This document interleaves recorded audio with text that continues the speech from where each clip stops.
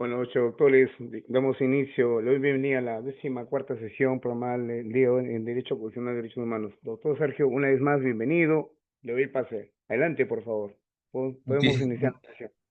Muchísimas gracias, doctor. Buenas noches a cada uno de los presentes que cita a la sesión de clase el día de hoy.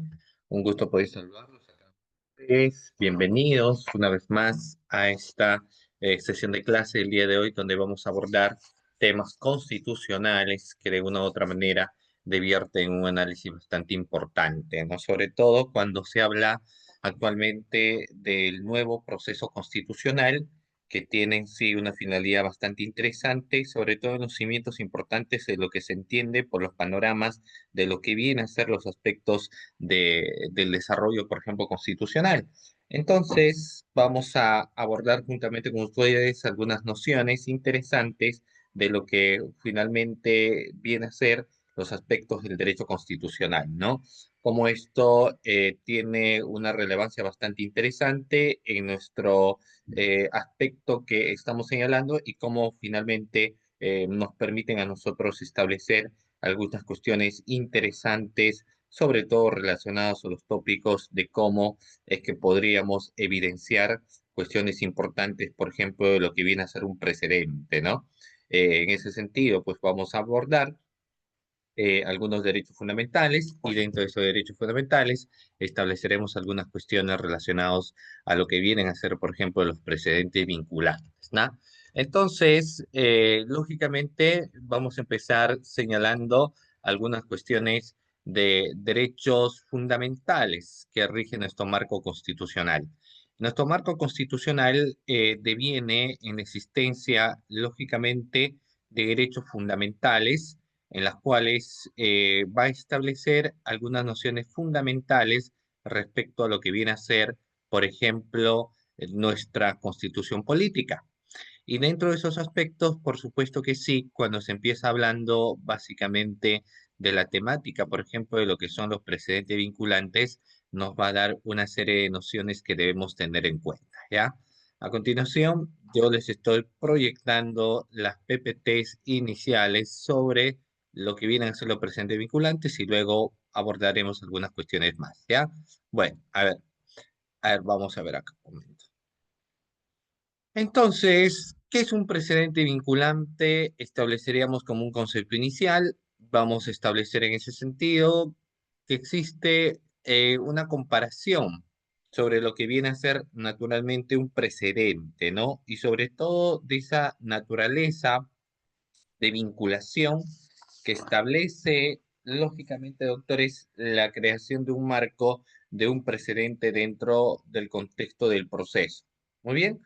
Entonces, eso va a establecer algunas nociones importantes que nos va a permitir a nosotros establecer cuestiones vitales. Muy bien, muy bien. Entonces, vamos a ver en ese sentido algunas cuestiones de cómo se va entendiendo esta naturaleza de lo que vienen a ser en esencia, por ejemplo, doctores, un precedente, ¿no? O sea, cómo se entiende finalmente los factores para poder determinar qué es un precedente, cómo llegamos a establecer nociones importantes del precedente. Entonces, todas esas naturalezas vamos a establecer juntamente con ustedes, ¿ya?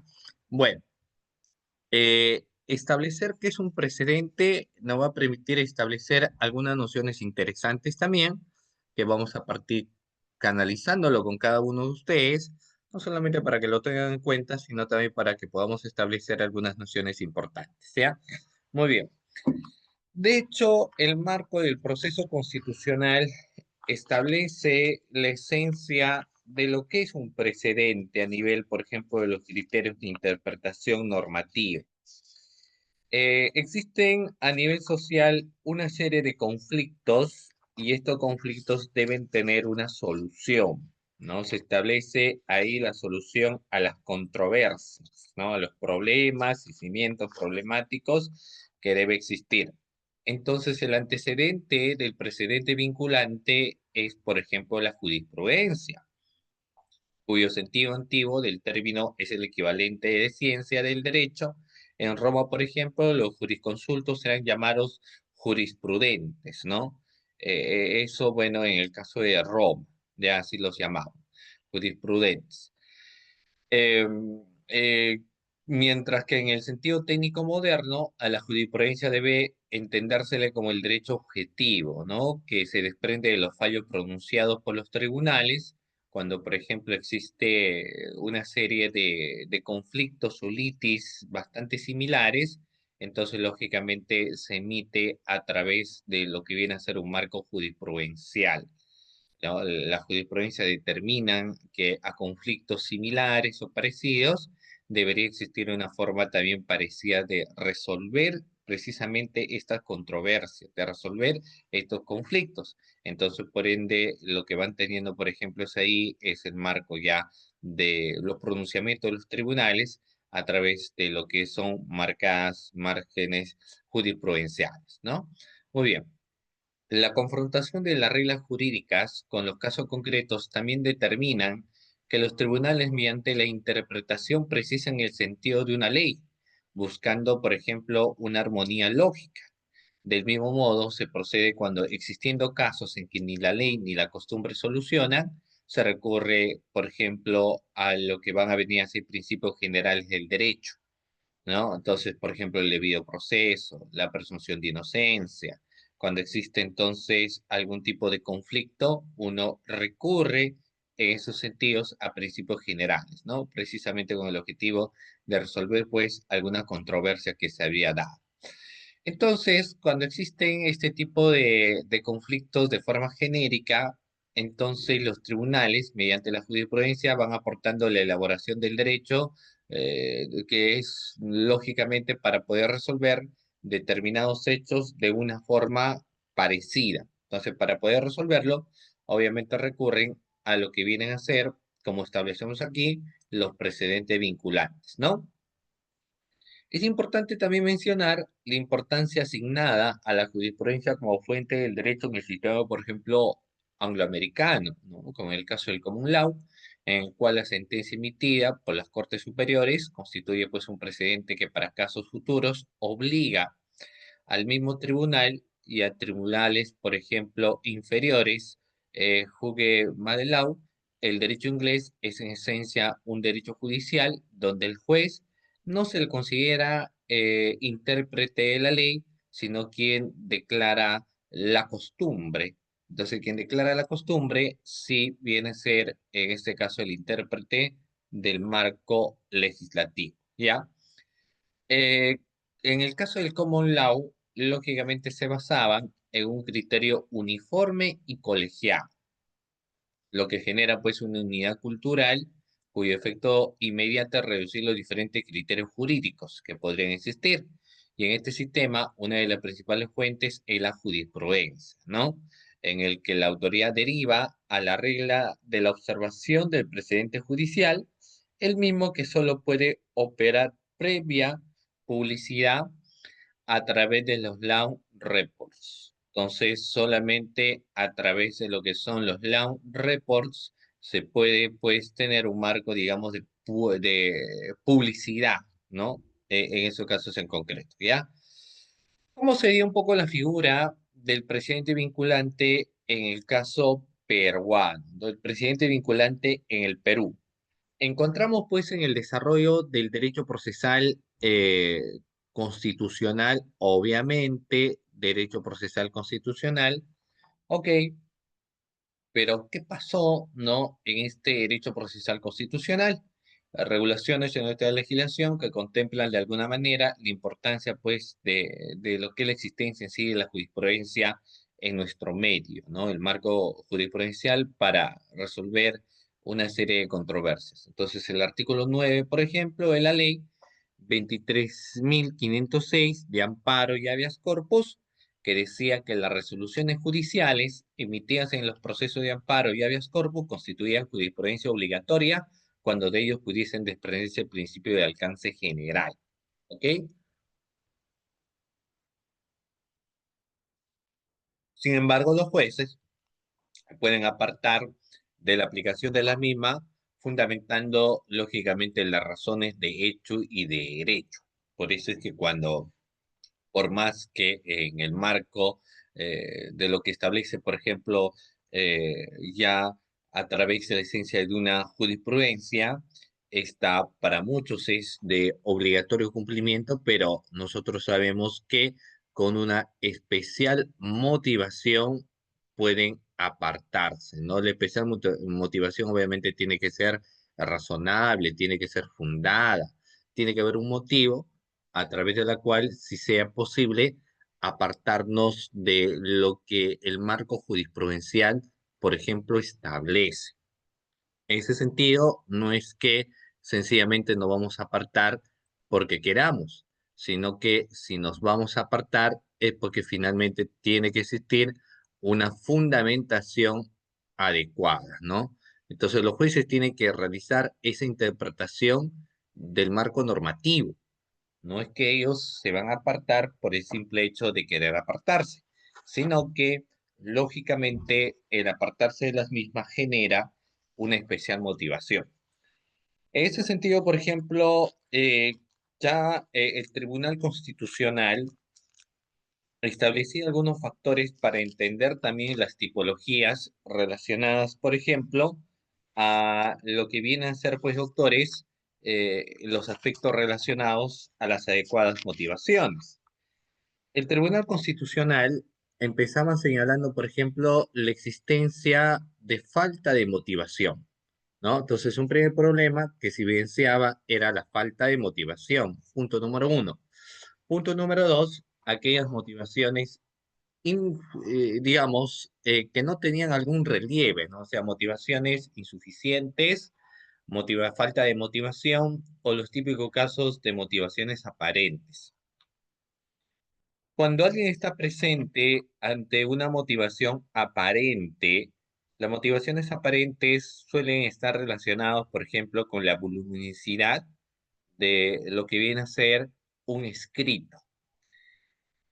El escrito tiene varias hojas, existe una diversidad de hojas, existe cantidad, entonces uno cree que lógicamente el hecho de tener varias hojas constituye de que se está fundamentando bien.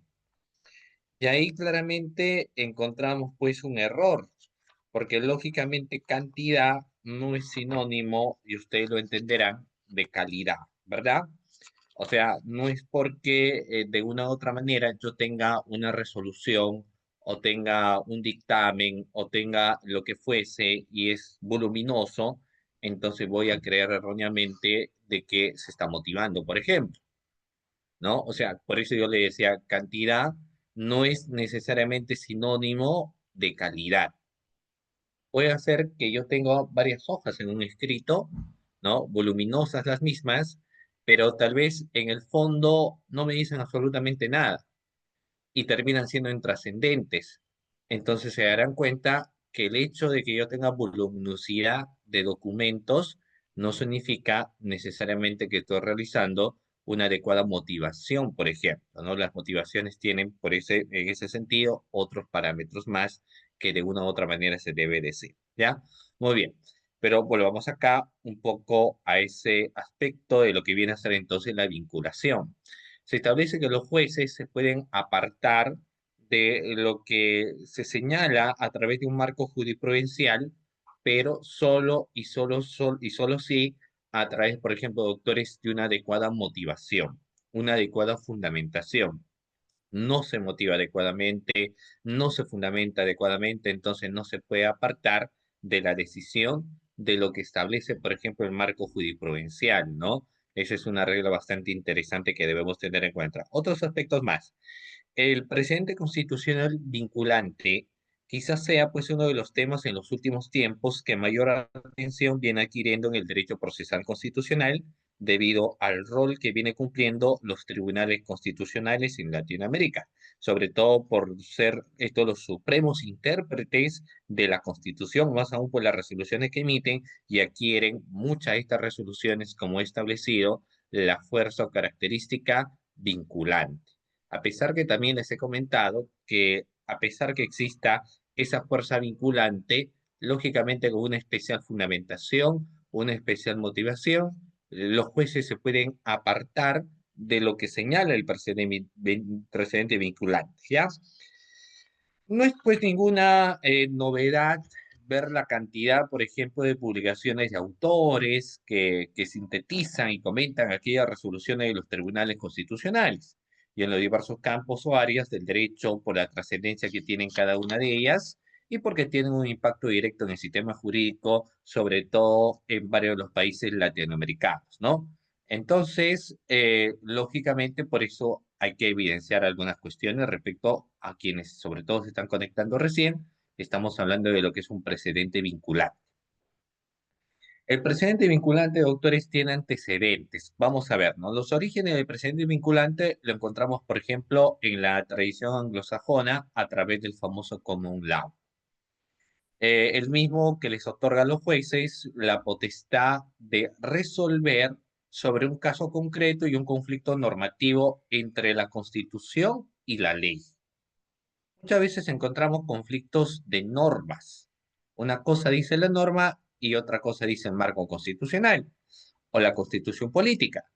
Pero nosotros también sabemos que en todo caso, bajo lo que establece, por ejemplo, la pirámide kelsiana, lo que encontramos en un primer eslabón es lógicamente la constitución política, ¿no? Entonces tenemos que respetar lo que es la constitución y la ley de leyes, es la carta magna, por eso se establece. Pero de una u otra manera habría que analizar qué es lo que establece la ley y qué es lo que señala la constitución política en la cual se establece lógicamente un marco controversial. ¿De acuerdo?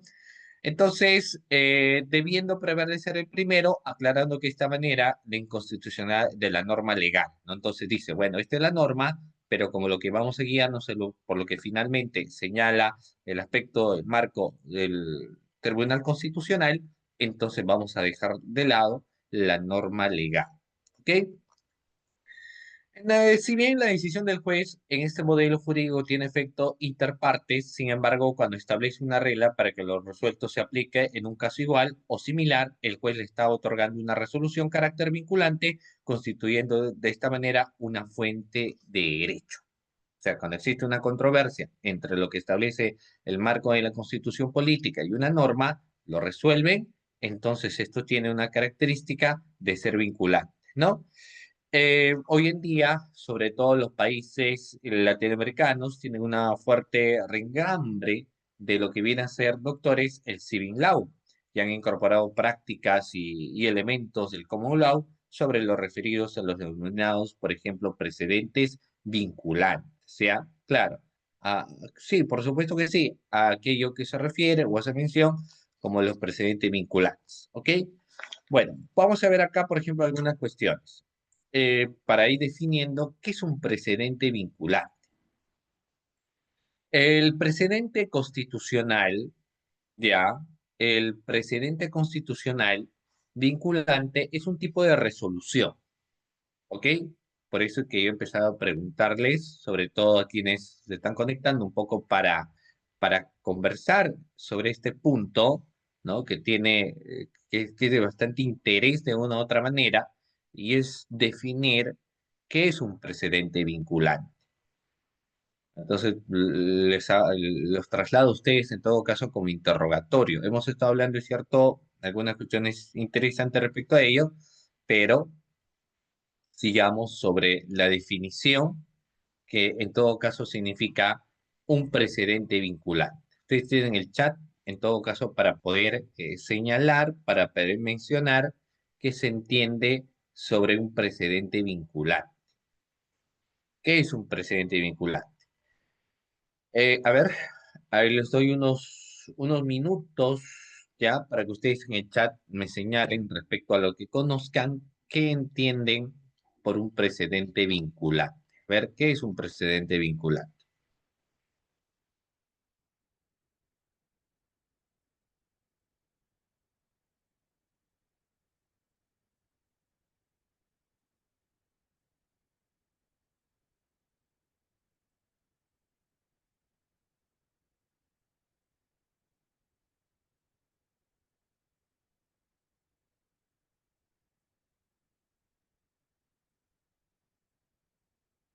A ver, ¿qué es un precedente vinculante, doctores? Precedente vinculante. ¿Qué es un precedente vinculante? A ver, ¿qué es un precedente vinculante? Ya vamos a conversar un poco para entender qué es un precedente vinculante, ¿ya? Un precedente vinculante es un tipo de resolución. Hablo del precedente vinculante. El precedente vinculante es un tipo de resolución emitida por el Tribunal Constitucional. Es un tipo de resolución emitida por el Tribunal Constitucional que establece los términos y alcances de su aplicación. Ese es un tipo de resolución, es el precedente vinculante. El mismo que tiene efecto vinculante para el sistema de justicia y que sirve como regla jurídica general para futuras sentencias y que versan sobre casos similares. Ahora, ningún caso lógicamente es igual. Por ejemplo, si hablamos en los delitos de función o delito contra la administración pública, pues lógicamente el marco de atribución para conocer estos delitos deviene, por ejemplo, en el conocimiento uno de las fiscalías especializadas en delito de corrupción de funcionarios, ¿no? Claro, ellos tienen un marco que se establece el marco de competencia. Y el marco de competencia, por ejemplo, de estas fiscalías es conocer aquellos delitos que se encuentran regulados entre el artículo 382 al 401 del Código Penal, 382 y 401 del Código Penal y algunos delitos conexos. Eso es el marco de atribución para el caso de las fiscalías especializadas en delitos de corrupción de funcionarios, ¿ya?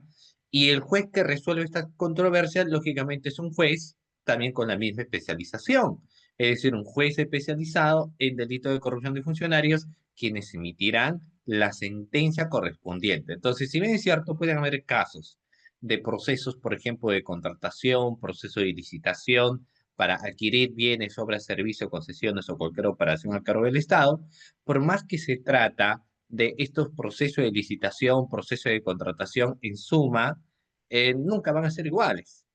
Por más que han realizado la construcción de un parque, la construcción de una carretera, la construcción de un hospital o la adquisición de bienes, lo que pasa aquí es que son otras personas los que han realizado. Y jamás podrían ser las mismas personas porque si no se aplicaría, lógicamente, aquí la similitud, ¿no? Y en el caso de la similitud no podemos tener, porque claro, ninguna persona podría ser sentenciada dos veces por un mismo delito, ¿no? Ojo con eso, ¿ya? Entonces, eh, se aplica el precedente vinculante en el caso de situaciones o casos parecidos, pero no significa que los casos son iguales, sino son los casos parecidos, ¿ya? Muy bien. En ese sentido, el precedente constitucional vinculante es una disposición del Tribunal Constitucional que, valiéndose, por ejemplo, de un caso concreto, establece una regla jurídica general de aplicación obligatoria para todo el sistema de justicia. Para sus singulares, garantizando de esta manera se entiende predictibilidad y seguridad jurídica para los justiciables en materia de tutela de derechos fundamentales. Entonces, si el precedente vinculante establece para casos similares resolver de determinada manera, entonces se va a tener que valorar ello. Pero ya hemos establecido hace un momento que depende mucho también de lo que finalmente se establece, ¿no? En el marco de las categorías de interpretación, ¿ya? Vamos a ver. Eh, sí, antes de pasar a aquellas tipologías constitucionales, ¿no? De lo que viene a ser el precedente vinculante, vamos a ver la definición del precedente vinculante en los sistemas jurídicos. En el sistema del common law, se puede definir al precedente como una decisión de un tribunal o de un juez.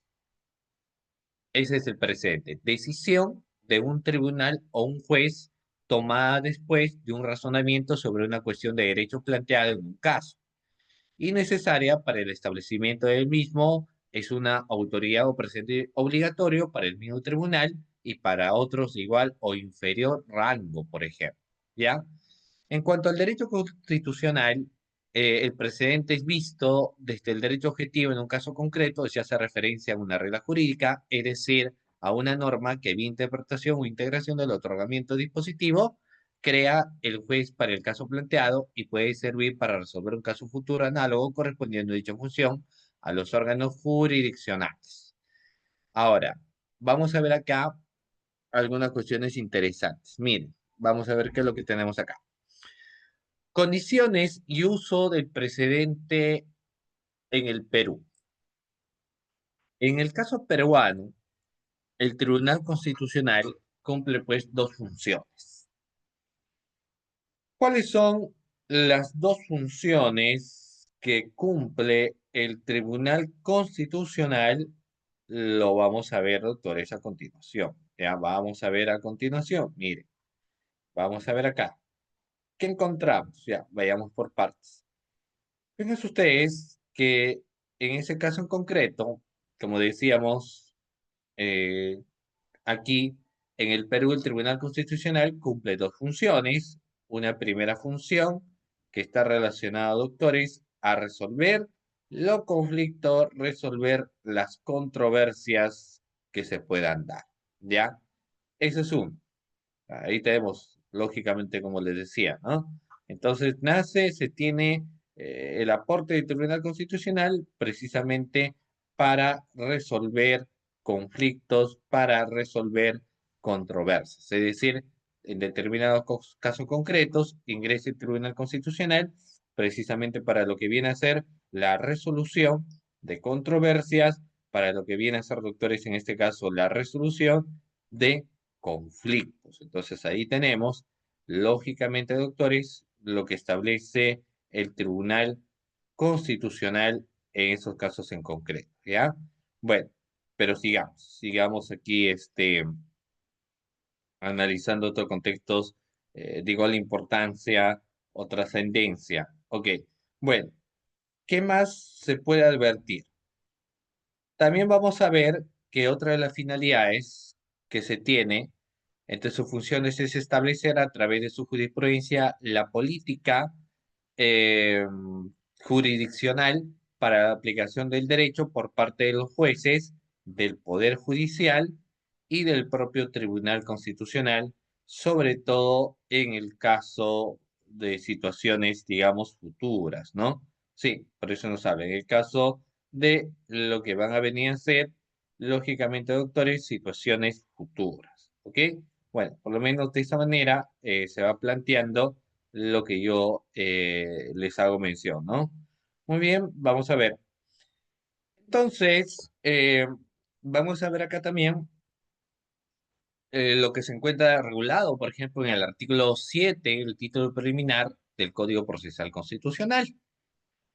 Asimismo, el Tribunal Constitucional ha considerado que el precedente vinculante busca lo siguiente. ¿Qué busca? Dar predictibilidad a la justicia constitucional. Es decir, que esta regla nace a fin de lograr la seguridad jurídica y que ello redunde en mantener la vigencia del principio de igualdad entre casos idénticos. Volvamos a lo mismo, ¿no? Porque en el marco situacional que yo tengo casos parecidos, entonces la norma establece que ante la situación de casos parecidos debería resolver de una manera parecida, ¿no? O sea, eso es lo que me establece. Casos parecidos, entonces tendría que resolver de manera también parecida. Eso es lo que finalmente me establece, ¿no? Casos parecidos, ok, entonces tengo que resolver de una manera parecida también, doctores, ante situaciones similares, ¿no? O ante situaciones o casos similares, entonces tendría que resolverlo también, doctores, de una forma parecida, me establece, ¿ya? No igual, obviamente, ¿no? Porque los márgenes de igual es diferente. ¿Ok? Y que tienen, pues, lógicamente otras trascendencias u otros aspectos que debienen ser también figuras bastante interesantes, ¿ya? La defensa de los derechos fundamentales, al dar coherencia a la jurisprudencia expedida también por el Tribunal Constitucional. O sea, no es que uno emite un marco jurisprudencial así por así, sino que si remitimos lo que señala, por ejemplo, la jurisprudencia emitida por el Tribunal Constitucional, también hay que ver a qué es lo que finalmente nos quiere decir, ¿no? A dónde queremos llegar con lo que señala, en este caso, el máximo intérprete de la Constitución. O sea, ¿qué nos quiere decir el Tribunal Constitucional? Y se entiende, en todo caso, que lo que ellos emiten tiene que estar debidamente motivada y fundamentada, por lo mismo que se establece, pues, de aquellas situaciones o cuestiones relacionadas a las adecuadas motivaciones o fundamentaciones que, por ejemplo, tiene que tener una resolución, ¿ya? O sea, de hecho, eso viene a ser un factor importante. Siguiente. Pedro Grandes Castro remarca la idea de dos conceptos de precedente. Por ejemplo, él dice el precedente formal y material, distinguiendo una de otra. Le dicen ya, muy bien, si usted, señor Pedro Grandes Castro, establece un marco diferenciador, queremos que nos señala, en todo caso, en qué consiste esa diferencia, ¿no? Entonces, lo que él dice, la concepción formal y la concepción material de lo que va a venir a ser el precedente. Entonces, le empiezan señalando, ¿no? Y dice, por ejemplo, lo siguiente. La concepción formal del precedente interesa en cualquier caso que la regla sea identificada por el juez, que debe aplicar el precedente, sin que éste le interese la forma en que ha sido, por ejemplo, formulada tal regla. No requiere de reglas o condiciones. El tribunal tiene su competencia para fijar el precedente, siendo la única condición que se resuelva sobre el fondo. Artículo 6 del Código Procesal Constitucional, ¿no? O sea, eso, digamos, termina siendo la fundamentación principal. Entonces, la concepción formal del precedente interesa que cualquier caso, que la regla general sea identificada por el juez y que deba aplicar el precedente sin que éste le interese la forma en que ha sido formulada tal regla. No requiere de reglas o condiciones. El tribunal tiene su competencia para fijar el precedente, siendo la única condición que sea resuelta lógicamente por el fondo de la controversia entre, por ejemplo, lo que señala la constitución política y una ley, ¿no? El conflicto entre ambos. La concepción material del precedente, para la cual el precedente es una técnica que está sujeta a determinados límites, existiendo la vinculación, por ejemplo, entre la regla del precedente y el caso resuelto. El tribunal tiene la potestad de extraer la regla y hacerla conocer, debiendo tener una argumentación que ha servido para la decisión del caso, diferenciando después del obiter y el ratio decidente, ¿no? Que son factores también importantes, pero digamos apartados un poco de la esencia de lo que en todo caso señala el factor del precedente, ¿ya? En el Perú, bajo la vigencia, doctores, de la Carta Magna de la Constitución Política de 1993, el Tribunal Constitucional, en su calidad de supremo intérprete de la Constitución y en uso de la facultad que le concede el artículo 7 del título primero del Código Provincial Constitucional, ha emitido, pues, doctores, numerosos precedentes vinculantes, los cuales en muchos casos no se limita a la interpretación de las normas constitucionales, sino también a las normas legales, ¿no? Llegando incluso en algunos casos a actuar como un verdadero legislador a través de sus sentencias. Frente a los precedentes del Tribunal Constitucional, el Poder Judicial, pues, ha desarrollado precedentes judiciales vinculantes en el ámbito del derecho laboral público y el derecho previsional, por ejemplo, ¿no?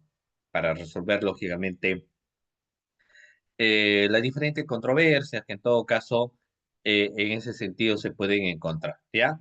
Bueno, vamos a ver acá. La doctrina entiende por precedente vinculante se puede entender tres cosas distintas. En primer lugar, la locución de precedente judicial puede ser utilizada para referirse a cualquier sentencia, ¿ya? O sea, la locución, precedente judicial, puede ser utilizada para referirse, uno, a cualquier sentencia, incluso cualquier resolución judicial, sin distinción alguna. Basta que haya expedido un momento anterior y se recoge en cualquier colección de jurisprudencia y presente similitud con otro caso en concreto, ¿no? Se habla aquí de precedente sentencia, porque ya existe, lógicamente, un caso resuelto. Ni siquiera un caso por resolver, sino un caso cuya magnitud ya es resuelta. ¿Ok? Muy bien. En segundo lugar, por precedente judicial ya no se entiende a la sentencia totalmente considerada, sino que una parte determinada de la sentencia que consiste en un caso de decisión de algo concreto, por el cual se resuelve una determinada controversia y que alude aquí en un precedente de disposición.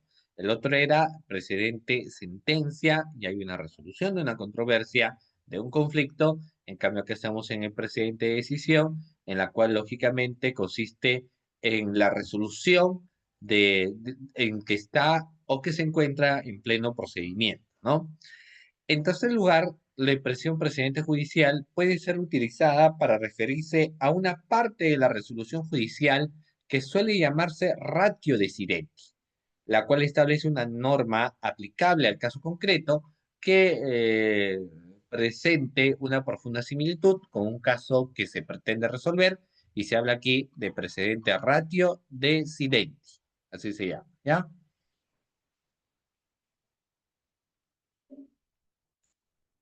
Sí, se habla aquí de precedente ratio decidenti. ¿Ok? Siguiente. Vamos a ver. El precedente vinculante de la Sala de Derecho Constitucional Social Transitoria. ¿Qué dijo? En este caso, en aquella sentencia casatoria emitida por la Sala de Derecho Constitucional y Social Transitoria, que al resolver en un caso concreto establece un criterio generales aplicables a una forma obligatoria en futuros casos, con la finalidad básicamente de crear seguridad jurídica y de dar tratamiento semejante a casos semejantes en materia, en este caso en concreto, pues, de derecho laboral público y derecho previsional, ¿no? Sí, derecho laboral público y derecho previsional, ¿ya? Cuando la Sala Constitucional y Social de la Corte Suprema fija sus resoluciones principales jurisprudenciales en materia contenciosa administrativa, esto constituye un precedente de naturaleza vinculante. Ahora, ¿cuál es la función que debemos tener en cuenta cuando hablamos, por ejemplo, doctores, de un precedente vinculante, ¿no?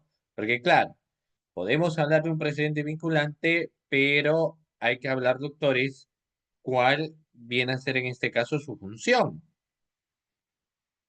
Claro, porque yo hablo de un precedente vinculante, yo tendría que establecer pues esos panoramas relacionados al marco, básicamente, doctores, del aspecto relacionado a la funcionalidad de lo que se establece en el caso de un precedente vinculante, ¿no? Sí, los criterios en todo caso de funcionalidad vienen a ser de suma importancia en el caso, doctores, de lo que viene a ser los aspectos de un precedente. ¿Ok? Vamos a ver acá. Un primer aspecto que hay que tener en cuenta, ojo, cuando hablamos de la naturaleza de lo que va a venir a ser un precedente, ¿sí? Vamos a hablar aquí del marco de la naturaleza, por supuesto que sí, de lo que vienen a ser los factores de los precedentes, vamos a encontrar pues lo siguiente, ya, juntamente con usted, vamos a poder evidenciar lo siguiente.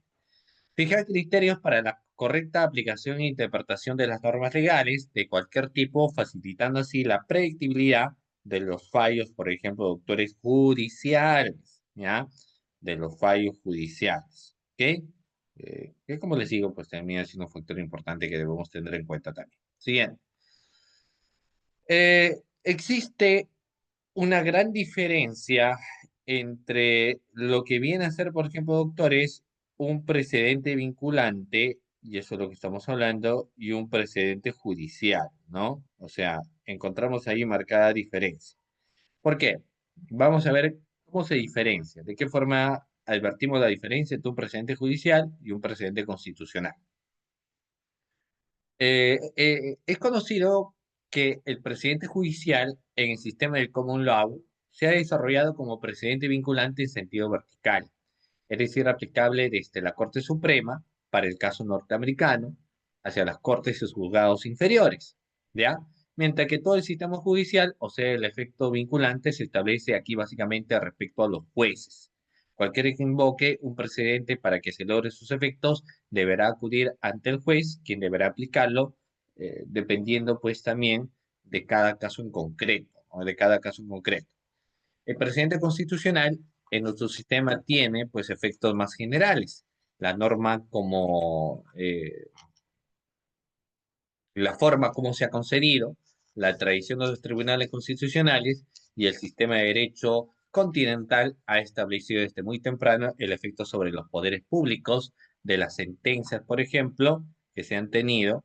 en el marco, pues, de lo que establecen los diferentes estamentos del propio Tribunal Constitucional, ¿no? Sobre todo en el aspecto relacionado, doctores, de cómo solucionar o de cómo resolver casos parecidos en el marco no solamente de una labor, digamos, de categoría de investigación, sino lógicamente lo que cotidianamente se suele dar. O sea, cómo arribamos a soluciones de controversias, cómo arribamos a soluciones de conflictos.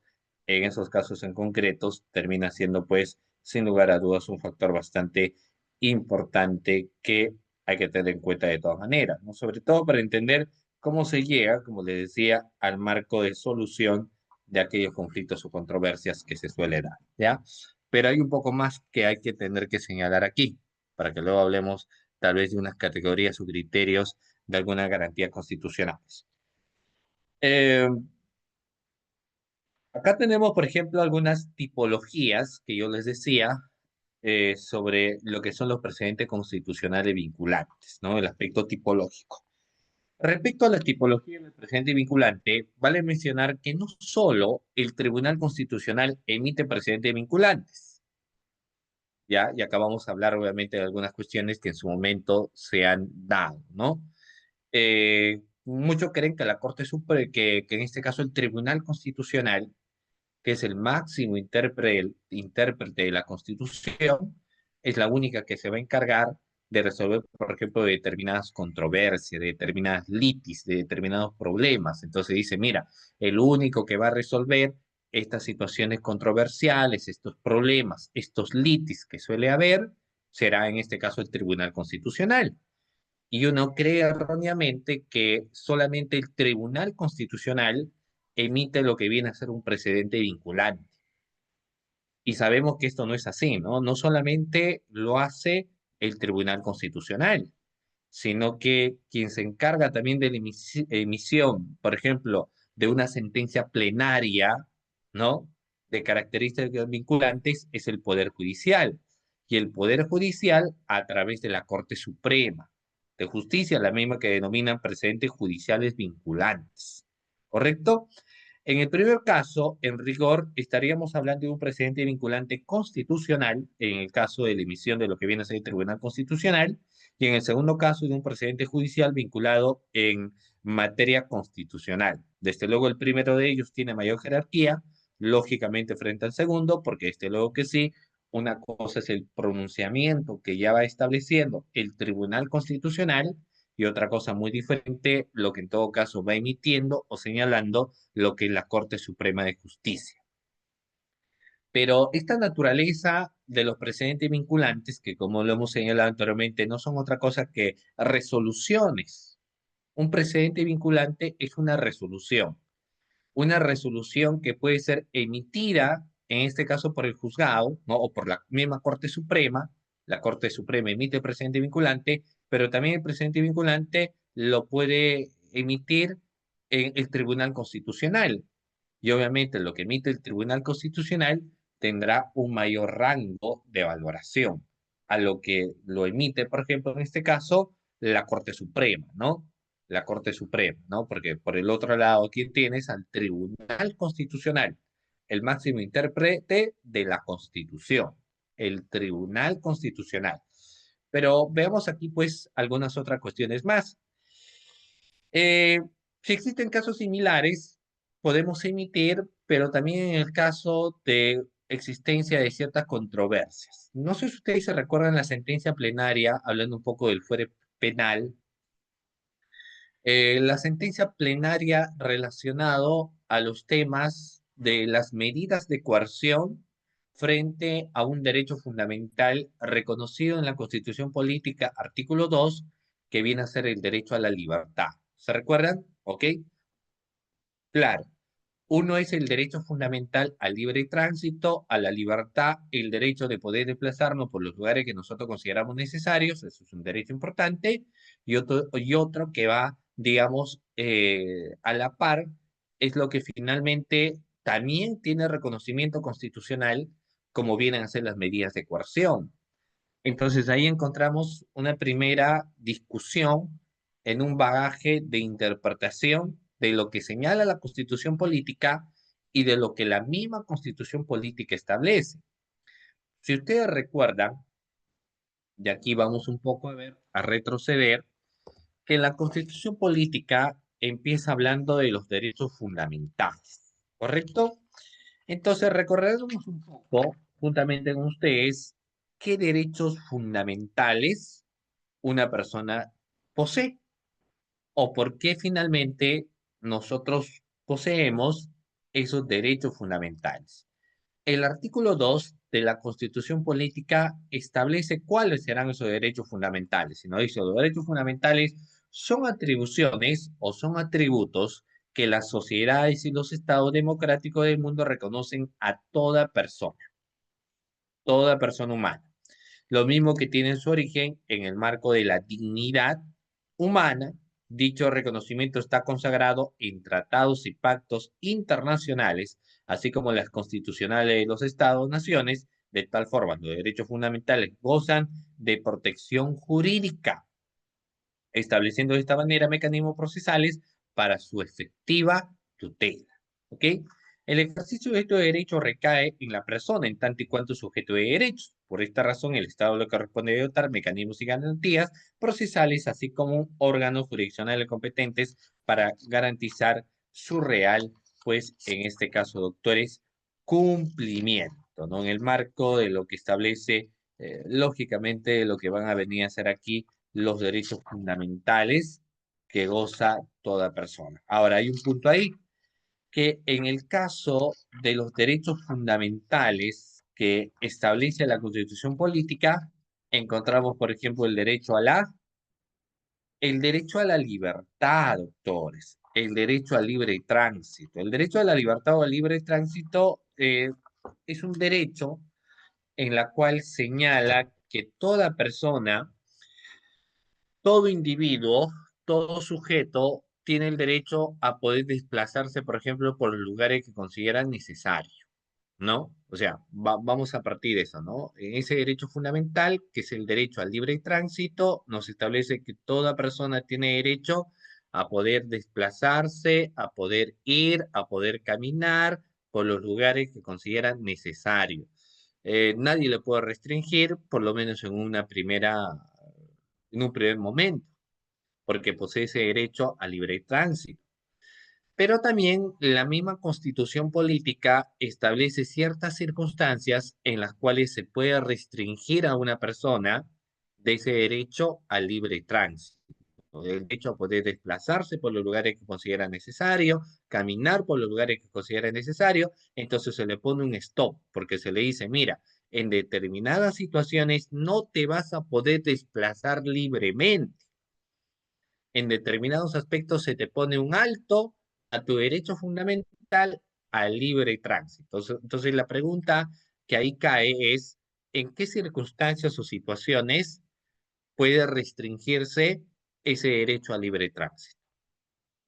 De eso ustedes lo saben, ¿no? A ver, ¿en qué situaciones puede haber la restricción del derecho fundamental a la libertad de desplazamiento? ¿Cuándo se puede restringir ese derecho fundamental al libre tránsito, a desplazarse, agarras tus patitas y te vas caminando de un lugar a otro lugar, te vas por aquí, te vas por allá, tomas un avión, te vas de viaje a diferentes lugares para conocer el Perú, también te puedes ir al extranjero, obviamente dependiendo de cada país, la visa y demás cuestiones que deben existir, pero fíjense ustedes que finalmente gozas de esa libertad de poder desplazarte por los lugares que consideras necesarios, ¿correcto? Te desplazas por los lugares que consideras necesarios. Pero no es una libertad de carácter absoluta, ¿o sí? A ver, ¿el derecho a la libertad es de naturaleza absoluta?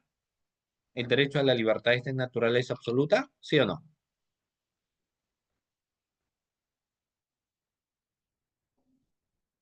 A ver, el derecho a la libertad, el derecho al libre tránsito, ¿es de naturaleza absoluta? Al decir una naturaleza absoluta, estamos hablando que la persona podría desplazarse, caminar, andar, ir por los lugares que considera necesarios, sin ningún tipo de restricción. Podría ingresar al parque, ingresar a otro domicilio, podría hacer lo que desea. pero el gozar de aquella atribución de poder hacer todo ello generaría lógicamente un caos social, ¿cierto? Porque claro, por un momento pongámonos a pensar que el individuo gozara de ese derecho fundamental a la libertad de tránsito de manera absoluta. Entonces, ¿qué es lo que haría? Tal vez, no sé, podría hacer muchas cosas en contraposición, ¿no?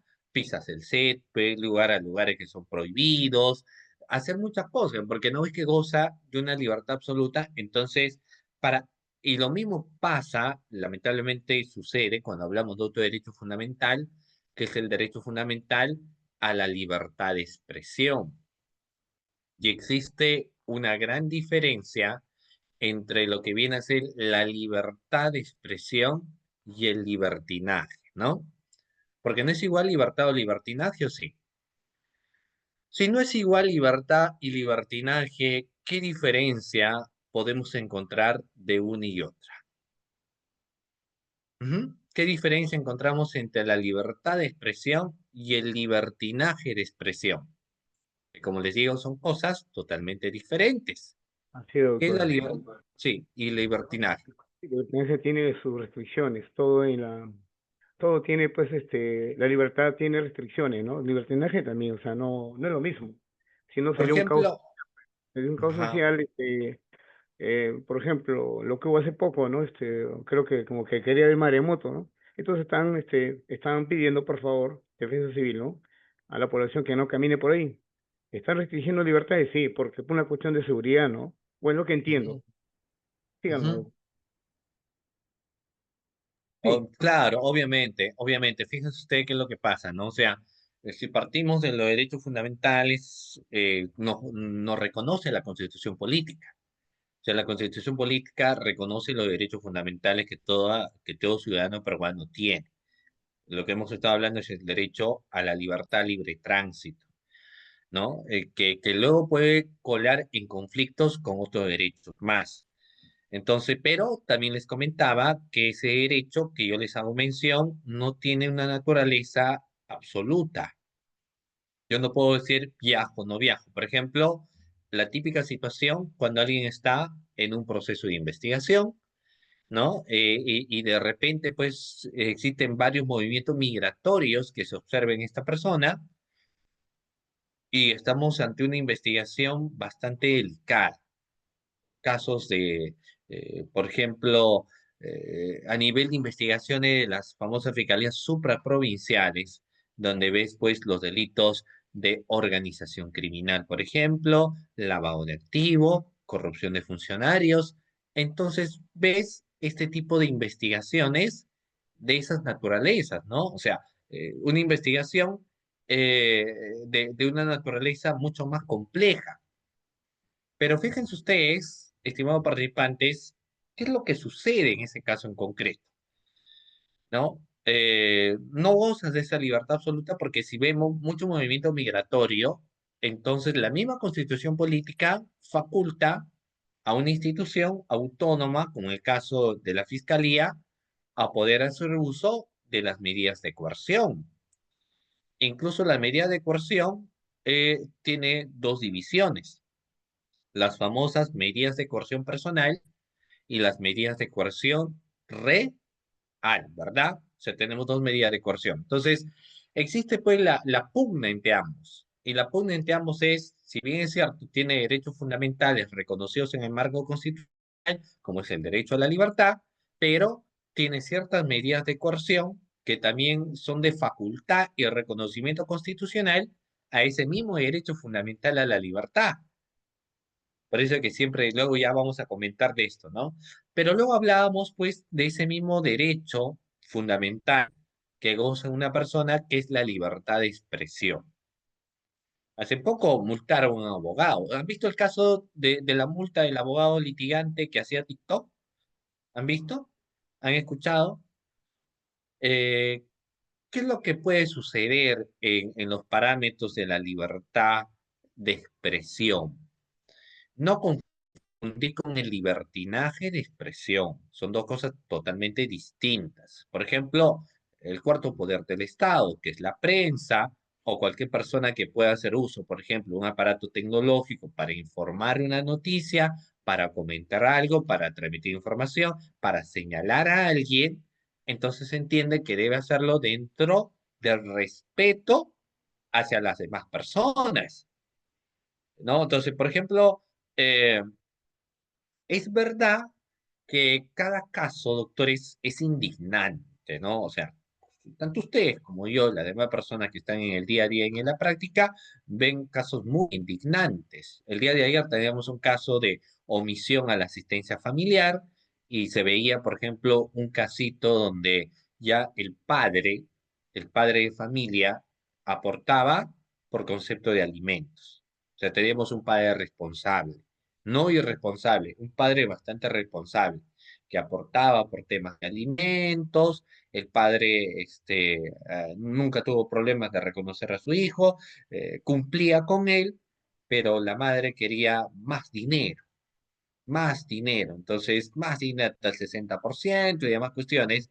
Y el punto estaba de que ya el señor eh, cayó en una enfermedad, sus conducciones trabajo habían mermado, pero eso era indiferente para la madre de su hijo, o sea, no le importaba a él, le importaba es que él dé el dinero, que aumente la pensión de alimentos si es posible y que no dejen en abandono esa situación. Entonces no había un lado pues de humanidad.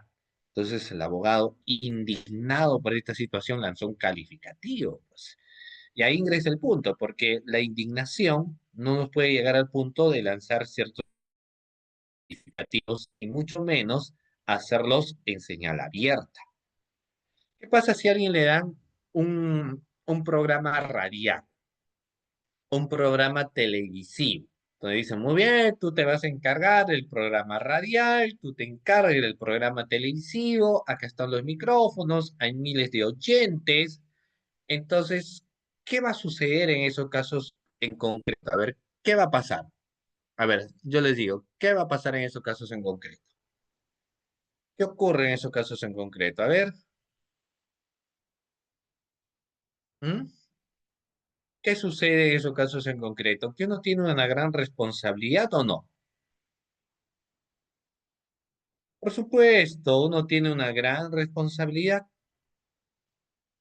y la gran responsabilidad es realmente si dan los micrófonos, tú tienes que hablar dentro del marco del respeto. O sea, claro, tú no puedes utilizar los micrófonos para lanzar un calificativo, ¿no? ¿O sí? Sí, sí, a ver, te lo voy a poner como caso. Y ahí hay problema. Si yo te pongo como conductor, digamos, de un programa, o alguien, ¿no? No, yo, cualquier otra persona te pone como conductor de un programa y te dice, mira, tú vas a conducir este programa, radial o televisivo, tú vas a dar notas informativas. Entonces tú dices, ah, mira, me están dando los micrófonos y yo voy a comentar. Y dentro de tus comentarios tú lanzas calificativos, denigrantes. O sea, le lanzas y le dices a una persona, te burlas tal vez del color de su piel, qué sé yo, ¿no? Y aparte de esas burlas, que puede ser sobre el físico que tiene otra persona, si está muy gordo, si está muy flaco, qué sé yo, pero también empiezas a señalarlo con un calificativo de comportamiento y decirle, por ejemplo, eres un corrupto, eres un ladrón, eres una persona sinvergüenza, es una persona tal, ¿no? Entonces, la gran pregunta es que cuando le dicen, pero, oiga, ¿por qué vas diciendo todas estas cosas? Entonces dicen, no, es producto de que yo gozo de mi libertad de expresión. A la gran pregunta es, ¿eso es libertad de expresión o es libertinaje? Tienes los micrófonos, utilizas los micrófonos y empiezas a decir muchas cosas. ¿Es libertad de expresión o es libertinaje de expresión? ¿Libertad o libertinaje? Libertinaje, doctor. Todo tiene restricciones en la vía, ¿no? No podemos excedernos, calificar a nadie. Casos también cuando se humilla a la gente por su orientación sexual, etcétera, ¿no? Nadie tiene derecho a ofender a nadie, ¿no? Y eso ocurre a Claro, veces en la prensa sí también lo cuando hay... escucho. Sí, de eso y es. si bien es cierto que dice los medios dicen deben autorregularse, pero siempre hay exceso. Será porque somos seres humanos, ¿no? Bueno, es un comentario. Claro,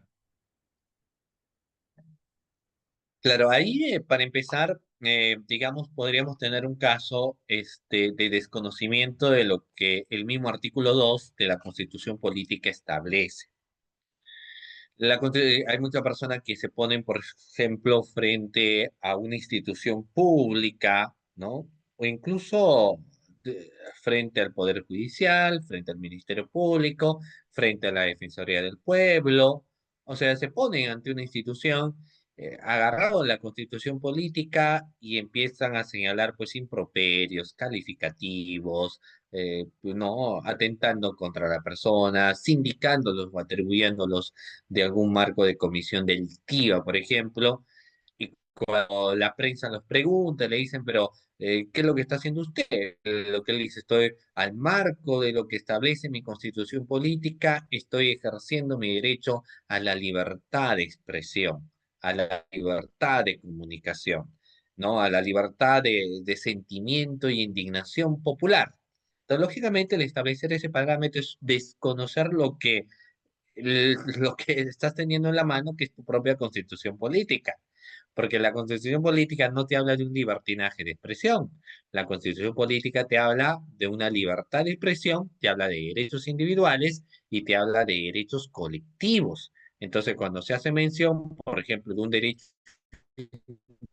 a la libertad de expresión, te dice más que la libertad de expresión, si tú vas a hacer una manifestación, lo que tú tienes es el derecho a la protesta. Toda persona tiene derecho a protestar, ¿ah? Toda persona tiene derecho a protestar.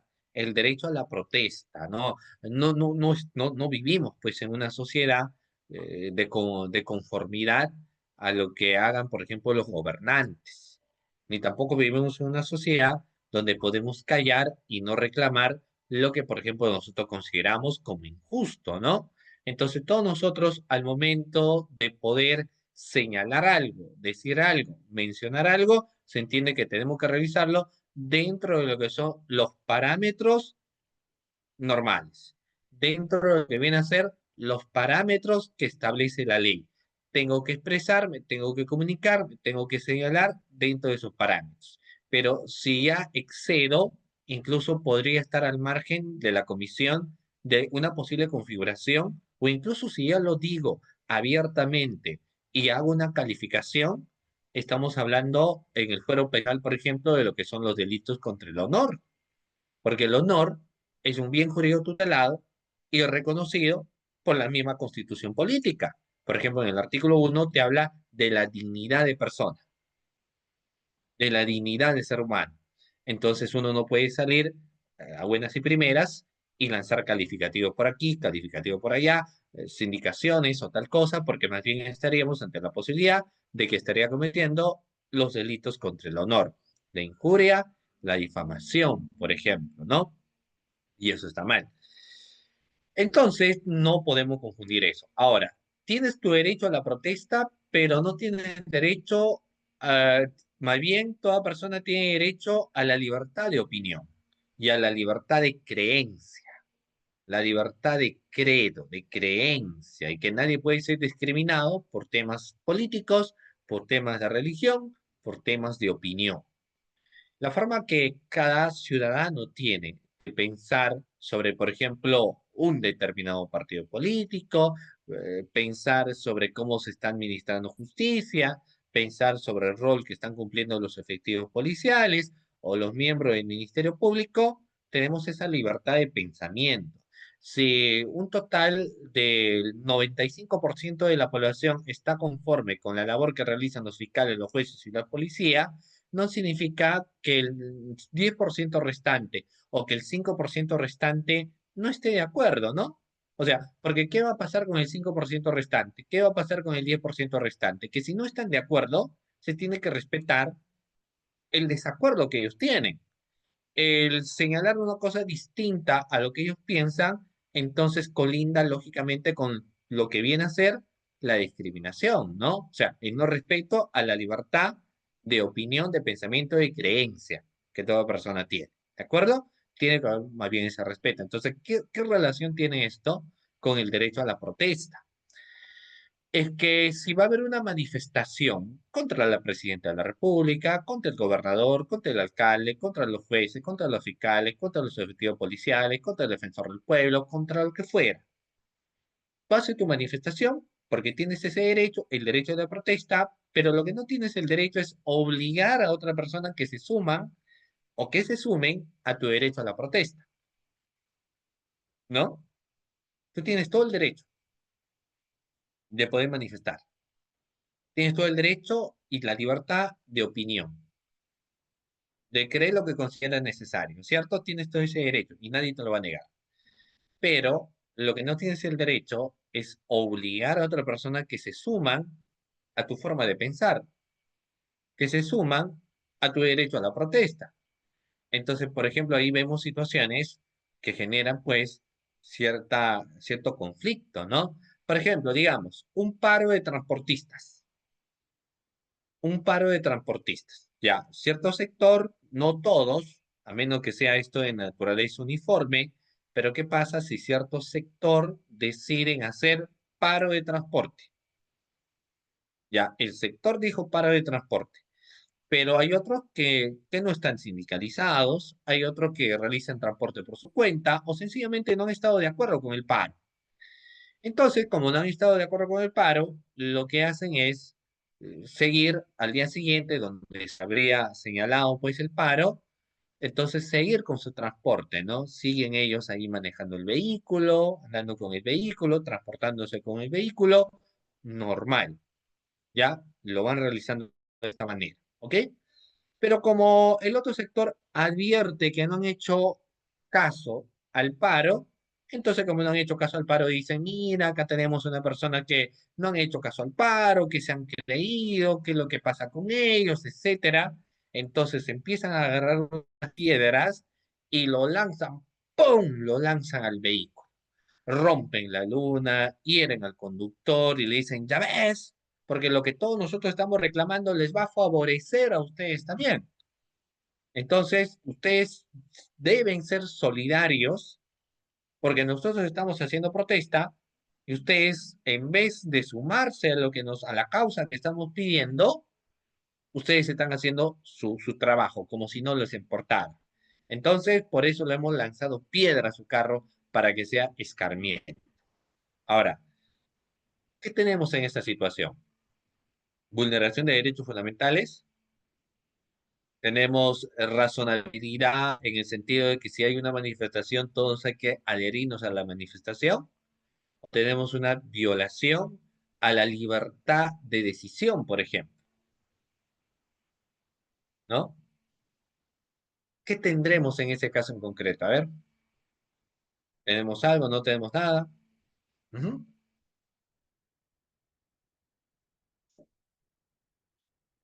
Porque aquí el sustento está de que están manifestando por el paro de transportistas, lo que están realizando el paro de transportistas dicen lo que nosotros hemos señalado que el día tal hay paro. Hemos venido, hemos cerrado carreteras, nadie pasa, etcétera, y estamos reclamando algo justo. Hay un sector que no acata el paro y por eso le hemos lanzado piedras, le hemos quemado sus carros, porque es la única forma de que todos nos sumemos. Y eso es avalado por bastante personas, ¿no? Muchas personas dicen, está bien, ¿no? Porque aquí quienes no se han querido sumar a ello, entonces bien hecho que le han lanzado y le han roto la luna, pero error. Eso demuestra el desconocimiento a lo que señala la propia constitución política. Porque en ninguna parte en la constitución política, ni siquiera en la costumbre, ¿no? Obliga de que alguien se tiene que someter a la libertad de creencia de alguien. Claro, tú manifiestas, tú realizas la marcha, pero yo no quiero marchar. Y se tiene que respetar mi libertad de decisión. El 99% está marchando, yo no marcho, se respeta la libertad de decisión, ¿o no? Así te señala la Constitución política. Entonces, el lanzarle piedras y demás, más bien colinda con una agresión y colinda con una vulneración de un derecho fundamental que tiene un tercero, ¿no? Lo mismo pasa con el mismo, vuelvo al mismo caso, la protesta. Entonces, bajo el parámetro del derecho a la protesta, empiezan ellos a cerrar las calles. Entonces hay una afectación del derecho a la libertad porque muchas personas que bien ustedes estarán reclamando, pero yo no tengo la culpa de tus reclamos. No, pero hay que hablar de la solidaridad, sonoridad, porque uno tiene que ser solidario con las personas que están realizando una manifestación. Pero oiga, si uno es estricto en lo que señala la Constitución política, ¿en qué parte de la Constitución política me dice que ante un hecho de manifestación, las demás personas por solidaridad se tienen que unir a dicha manifestación? No lo dice. Si no lo dice la Constitución, ni siquiera alguna norma, lo dirán pues opiniones, opinólogos, tal vez, sindicalistas, tal vez, ya, pero si no lo establece la misma Constitución política, no te cuentes en la obligación, pues. Entonces, más bien, nosotros tendría que tener el respeto que toda manifestación debe ser pacífica. Toda manifestación debe tener un auge de, obviamente, de indignación, frustración y todo lo demás, pero que no signifique de que tendrías que atentar contra instituciones o contra otras personas porque el derecho de uno termina o el derecho de uno se afecta cuando las otras personas quieren imponer su derecho. No puedes imponer tu derecho por nadie, pues, no es lo que quieras, ¿no? No es lo que debe ser, sino no es lo que uno quiere y dice, no, es lo que debe ser, ¿ya? Entonces, ante este tipo de situaciones que yo les digo, que son conflictos, entonces, que llegan al mismo Tribunal Constitucional y a la Corte Suprema, entonces dicen, pues, hay que resolver controversias. Por ejemplo, en el caso de la Corte Suprema, en su momento analizaba mucho el tema del abuso, por ejemplo, de la prisión preventiva, ¿no? Y eso yo le lanzo un poquito a ustedes para comentar, ¿no? Cuando uno habla de la prisión preventiva, se nace de una génesis inicial sobre cuál fue la razón de la creación de las cárceles. ¿Saben ustedes por qué se crearon la cárcel? O la cárcel para quién está destinada en su creación. ¿Para una persona investigada o para una persona sentenciada? A ver, vamos. ¿La cárcel para quién va dirigida? ¿Sentenciado o para un procesado? ¿Para quién nace la cárcel? Vamos. ¿Para quién va dirigido la cárcel? ¿Para quién se crea la cárcel? Opiniones, vamos. Ojo, la cárcel no nace como creación. ¿Han escuchado ustedes hablar del tema de la historia de las mazmorras y todos estos aspectos? Y sabemos que las cárceles nacen para quien purga una condena por algo que ha cometido, ¿no? Por un hecho que ha cometido, por una vulneración, etcétera. Claro, o sea, la cárcel nace para un sentenciado. Las cárceles son para los sentenciados. Y cuando alguien es sentenciado, ojo, se restringe solo el derecho a la libertad. O sea, de todos los derechos fundamentales en el artículo 2 que señala la Constitución Política, cuando a alguien se le sentencia, solamente se le restringe su derecho fundamental al libre tránsito, su derecho fundamental a la libertad de poder desplazarse por los lugares que considera necesario. Solo ese derecho fundamental es restringido. Se entiende su derecho a la salud, su derecho a la vida, su derecho al trabajo, doctores, están latentes. ¿Ok? Muy bien. Entonces, eh, no, las cárceles de cierta manera se toma de ejemplo para humanizar el castigo a la persona, al cuerpo. No, la cárcel tiene incluso, es que tiene toda una historia, ¿no? Incluso ustedes saben que las primeras personas que fueron, digamos, no establecidas en la cárcel, pero sí sentenciadas. Y una sentencia que para, lógicamente, los creyentes, ¿quién ha sido la primera persona que juzgó? Para los creyentes. A ver, ¿quién es la primera persona que juzgó? ¿Quién me dice? ¿Quién fue el primero que juzgó? Y esto es de historia universal. Y a consecuencia de ese juzgamiento por un accionar, el ser humano pasa pues penurias, enfermedades, y el castigo termina siendo la muerte. Pero la primera persona que juzga es Dios. Dios es el primero que juzga, pero no juzga por un abuso de poder, sino porque le estableció las primeras normas prohibitivas. Cuando al ser humano le dijo, el paraíso es para usted, goza del paraíso, goza de los animales. Entonces, Creó el primer hombre a su imagen y semejanza, y luego, bueno, ahí hay varias teorías, pero el hombre, por más que tenía todo en la vida, por más que tenía, pues, los animales que no le hacían absolutamente nada, obviamente, no tenía dolor, vivía en el paraíso, podía comer lo que desea, pero dice que el hombre se sentía solo. El hombre estaba solo, solito, solín, no podía estar de esa manera, entonces le crearon su compañera, que es Eva. Entonces Dios dijo, bueno, ustedes van a gozar de todos los frutos que tiene el paraíso, vamos, todo vale, toda belleza, como ustedes pueden ver aquí, pero eso sí, acá hay el árbol prohibido. Este árbol prohibido ustedes no han de comer. ¿No? Entonces, si tiene todos los frutos de este árbol prohibido, no vas a comer. O sea, ya había una primera regla de prohibición, ¿cierto? ¿O no? Ya había una primera regla de prohibición. Goza de todo esto, pero no comas esto. ¿Es una regla de prohibición o no es una regla de prohibición? A ver, eso no es una regla de prohibición. Es una de prohibición, obviamente. Pues, claro. Y el ser humano por su historia, porque el hombre racional el hombre, el Homo sapiens sapiens, que se entiende que nosotros somos Homo sapiens sapiens, en teoría, pero en realidad, por todas las situaciones que pasa, de sapiens sapiens no tenemos nada, ¿no? Vamos, en vez de evolucionar, vamos involucionando, al parecer. Entonces, ¿qué es lo que sucede? Bueno, Eva come del árbol prohibido, la fruta prohibida. Muerde la manzana, se come la manzana y le dice a Adán que también muerda. Entonces, una vez que mordieron, lógicamente Dios se dio cuenta y ya, pues si se lanzó una norma prohibitiva, tiene que haber un castigo, ¿no? Y lo castigaron, no los metieron pues a las mazmorras, no los metieron a otro lugar y nada por el estilo, sino que hubo un castigo.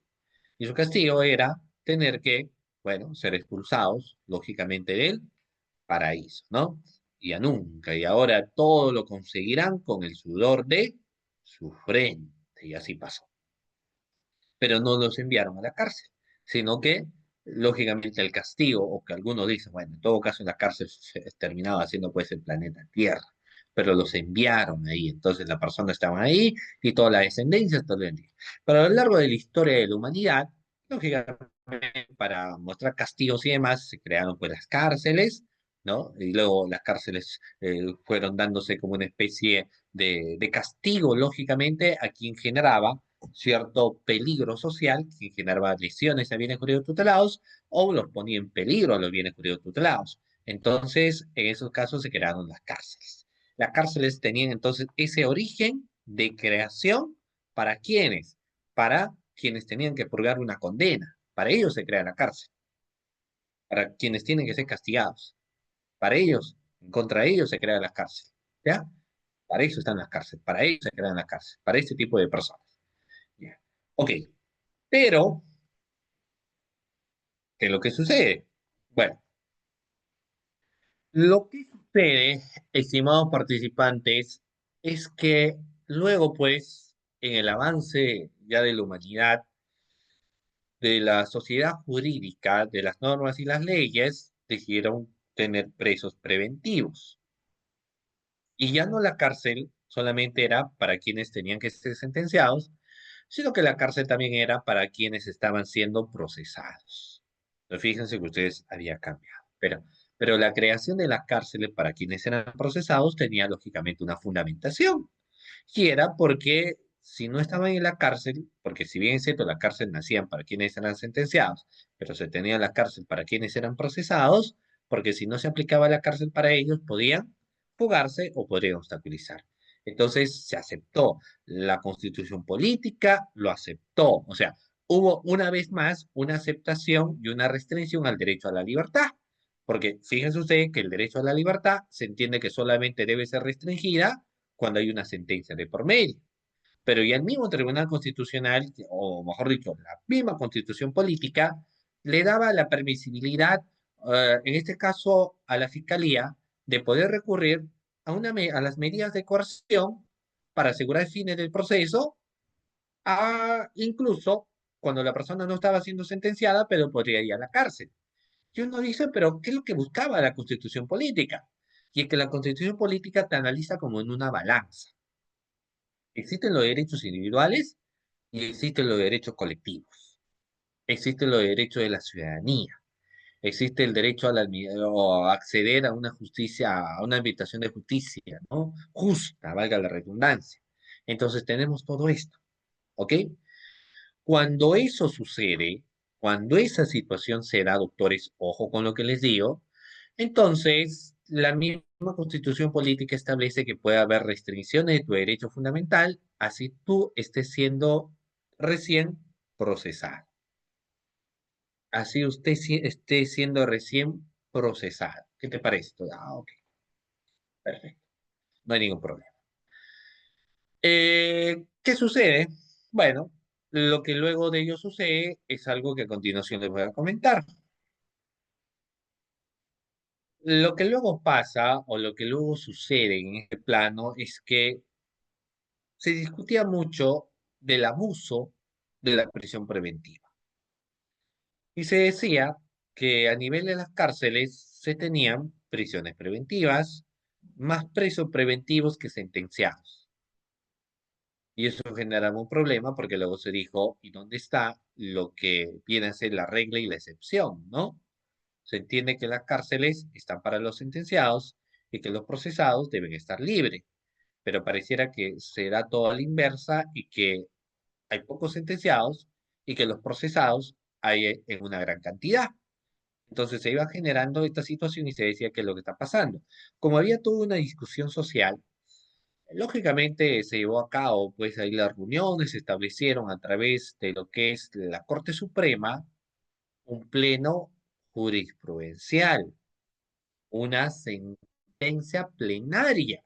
Hemos dicho que en el caso del precedente constitucional, el precedente constitucional puede ser emitido por los tribunales constitucionales, pero también en materia del Poder Judicial se tiene un precedente judicial que es establecido por los acuerdos plenarios. Y se creó, algo que ustedes saben, ¿no? En el año 2019, la famosa sentencia plenaria 1-2019. ¿Se recuerdan? Vamos. ¿Se recuerdan, estimado participante, de la sentencia plenaria 1-2019? A ver, yo creo que sí, ¿no? O sea, ¿cómo olvidar la sentencia plenaria 1-2019? Ahora, la sentencia plenaria 1-2019 estableció lo que se conoce como estándares de aplicación de un requerimiento de prisión preventiva. O sea, te lo puso como tal, ¿no? Estándares de aplicación de un requerimiento de prisión preventiva y la emisión del auto de prisión preventiva en base también, doctores, a esos estándares. Y así se tenían los estándares, ¿no? Pero como todo marco, por más que sea de naturaleza vinculante, nos establece que con una especial fundamentación o una especial motivación, uno puede apartarse de lo que dice el acuerdo plenario, de lo que dice el mismo precedente vinculante, con una especial motivación del juez, y esto en razón de que se tiene que respetar la propia decisión del juez.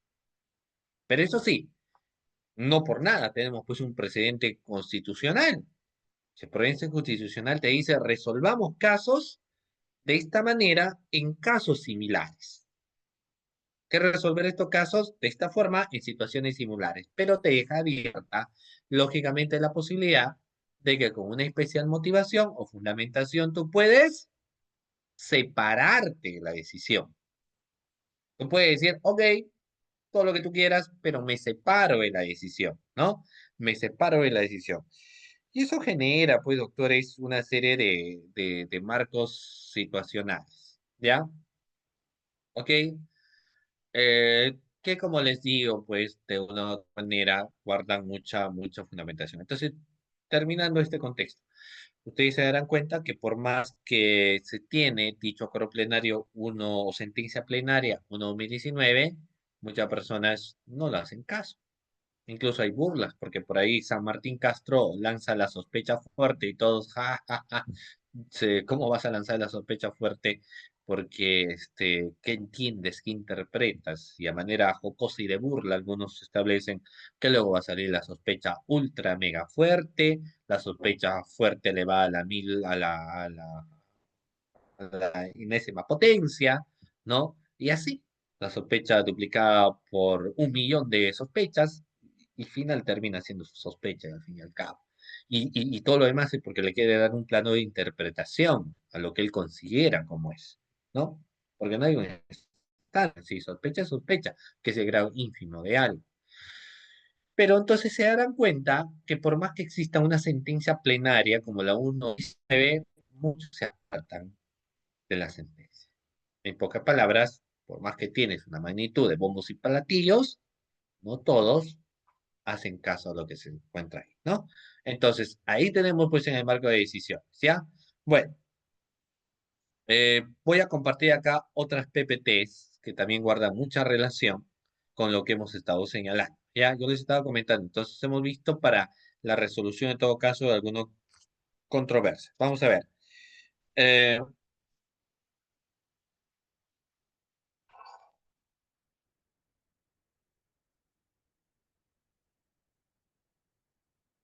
Vamos a ver un poquito acá que ha existido, doctores, una sentencia por parte del Tribunal Constitucional en una sentencia que ha recaído en el expediente número 37.741-2024, AATC. ¿Qué es lo que ha pasado aquí?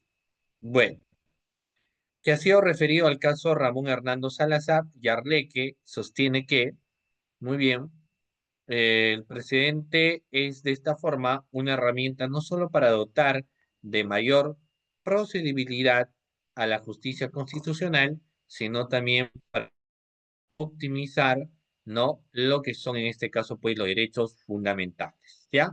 Y como les digo, termina siendo bastante interesante, ¿correcto? Que tiene factores importantes que debemos tener en cuenta también. Miren, ¿qué es lo que sucede aquí? El Tribunal Constitucional en otra de sus sentencias es donde precisamente más desarrolla el concepto de precedente constitucional vinculante, ¿no? En el expediente número 004-2003, AI/TC, en el caso Municipalidad Distrital del Lurín, en la cual ha sostenido pues lo siguiente, pero ya esto les voy a comentar en breve. Lo que acá quiero mostrarles, a ver, voy a ver si lo tengo aquí.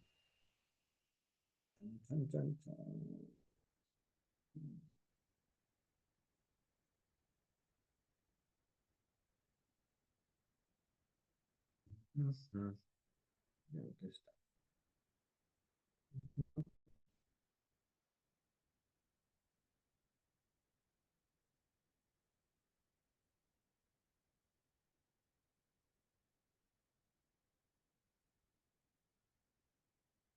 Ya, acá vamos a ver, por ejemplo, doctores, mientras que ahí voy descargando, espérate, que no quieren abrir, ya.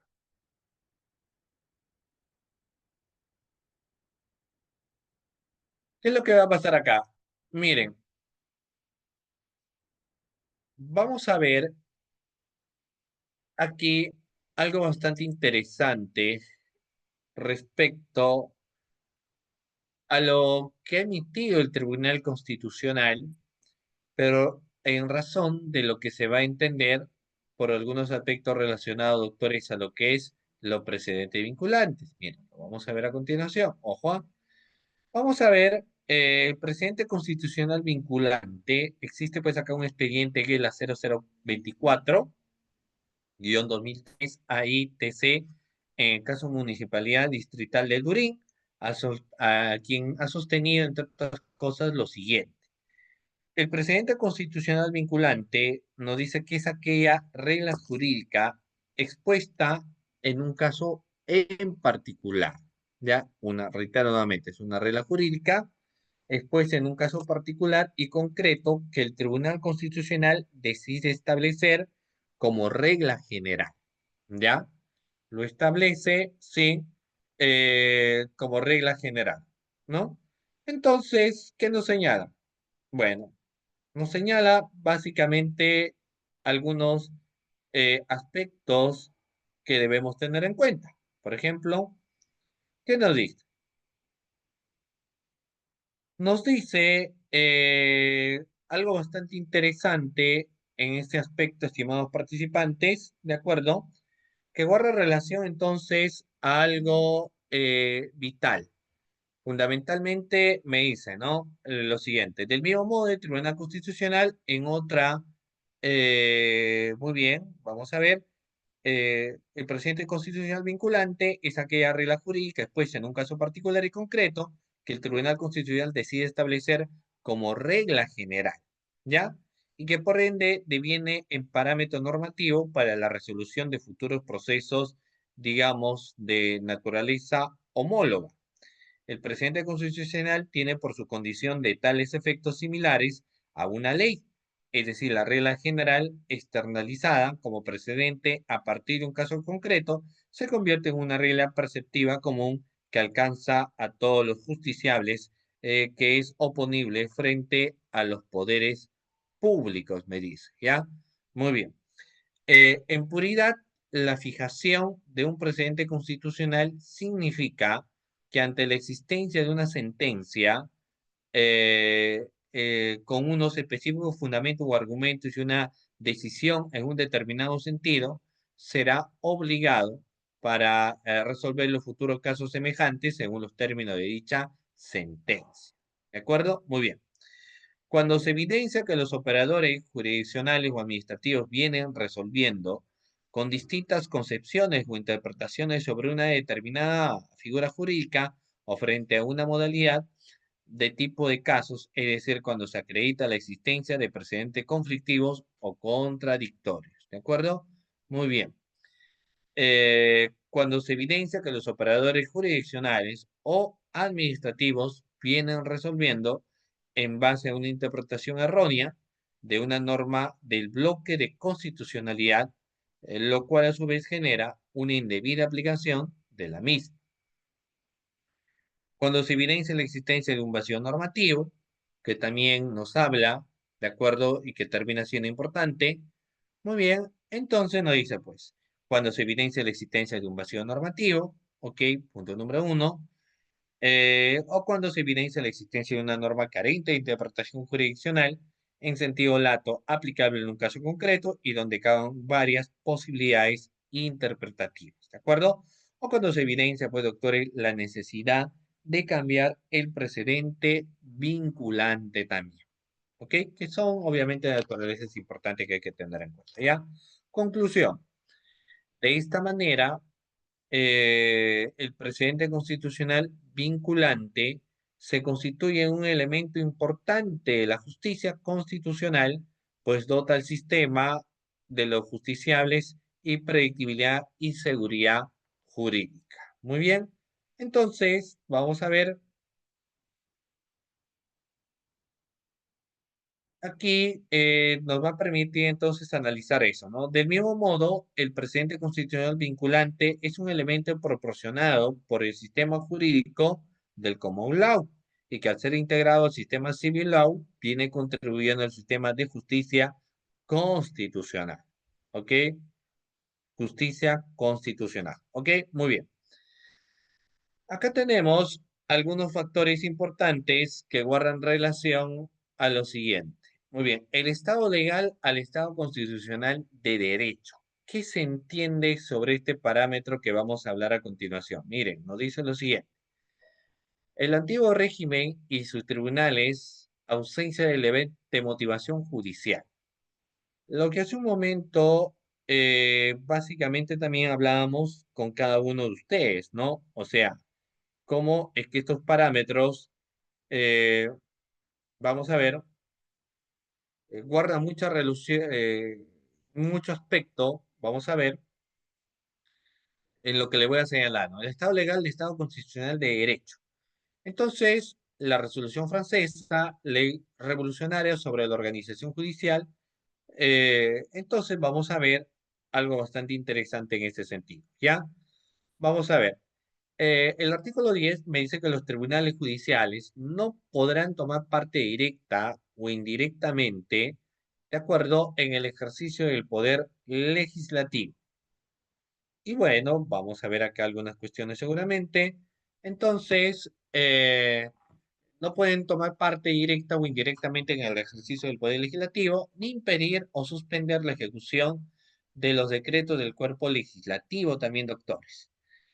Entonces, el artículo 12 me dice que deberán remitirse al cuerpo legislativo siempre que encuentren necesario interpretar una ley o obtener una nueva, que ese tema refiere legislati también, ¿no? Que termina siendo pues un factor bastante interesante, ¿ya?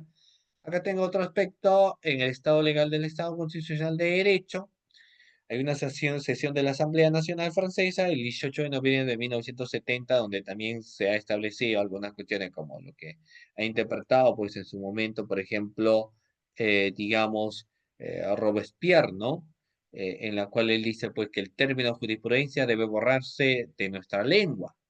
En un Estado que tiene una constitución, una legislación, la jurisprudencia de los tribunales no es otra cosa que la ley.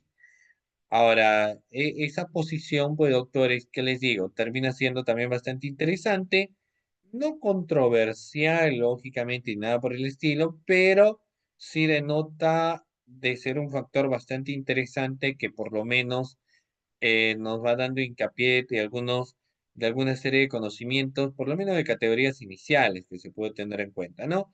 Y que como les digo, pues, también deviene en ciertos factores eh, algo importante que debemos tener en cuenta, ¿ya? Muy bien. A ver, vayamos a señalar aquí algunos aspectos que yo les voy a mencionar, ¿ya? Miren, me dice aquí, y yo les comento.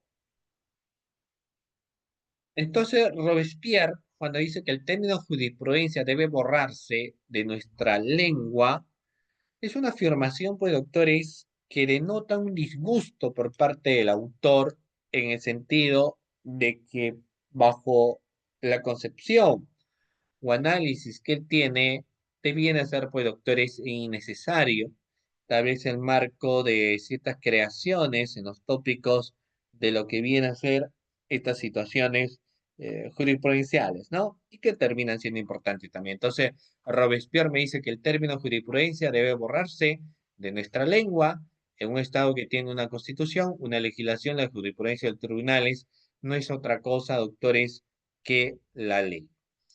Lecherpier dice que el Tribunal de Casación no debe tener jurisprudencia. Si la jurisprudencia de los tribunales, la más detestable de todas las instituciones, existiera en el Tribunal de Casación, habría que destruirla, nos dice, ¿no? O sea, igual, ¿no? Debe tener jurisprudencia. ¿Por qué dicen la jurisprudencia? Tal vez por lo que anteriormente hemos señalado, que por más que se tenga basamento de naturaleza jurisprudencial, finalmente pues las personas van resolviendo en base a lo que, sin lugar a dudas, lo van considerando necesario, ¿no? O sea, como que en todo caso no termina siendo eh, una normativa, doctores, tal vez de una característica uniforme en el plano de una interpretación, porque en los planos de naturaleza interpretativa nos va a permitir en todo caso hacer señalamientos de las cuales también debemos tener en cuenta, ¿no? Entonces, por eso es lo que tal vez en esencia es lo que finalmente se sostiene, que por más que se tenga pues estos basamentos de lo que vienen a ser estas emisiones que dice el Tribunal Constitucional, en la esencia de sus precedentes vinculantes, tal vez se entiende que no terminan siendo importantes, tal vez en una categoría de análisis, ¿no? Pero bueno, y que deberían, por eso nos dice, y fíjense ustedes, es bastante fuerte, ¿no? Porque dice, no, deberían desterrar los temas de los precedentes vinculantes. Entonces, eso es una afirmación muy fuerte, pues, ¿no? O sea, la pretensión por lo menos la apuesta inicial de querer desaparecer lo precedente vinculante, pues es una categoría en todo caso de esa magnitud, ¿ya?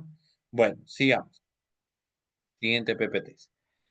Acá tenemos, en el caso del Estado legal, al Estado constitucional de derecho. ¿Qué nos va a establecer este parámetro aquí mencionado? Pues bueno, vamos a ver en este caso en particular, en el caso que yo les hago mención, doctores, lo siguiente. Visión individualista y antropocéntrica del mundo y del derecho, ¿no? Reitero, visión individualística y antropocéntrica del mundo y del derecho. Es posible descubrir la justicia, que son los derechos naturales, a través, doctores, de la razón, Rousseau y el plasma en la ley.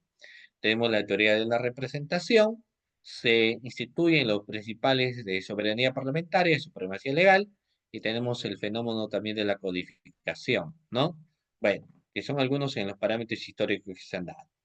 Acá vamos a ver, avanzo esto también. Acá tenemos, pues, doctores, el Estado legal al Estado constitucional de derecho. ¿Cómo se tiene esto? Del Estado legal al Estado constitucional, doctores de derecho. Por lo menos como es la regla en todo caso decisoria en un primer momento, ¿no? Pues bueno, vamos a ver los doctores acá. Miren, Kelsen y el Tribunal Constitucional, 1919. ¿Qué es lo que señalaba Kelsen? No es pues un secreto para nosotros lo que finalmente tenía como marco de interpretación el maestro Kelsen, ¿no?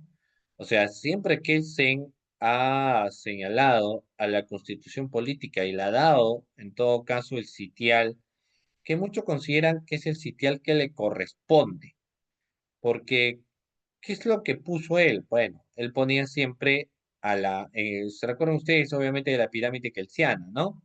Y en la pirámide kelsiana encontrábamos, pues, doctores, a la Constitución, que era considerado como la Carta Magna también, o sigue siendo considerado como la Carta Magna, ¿no?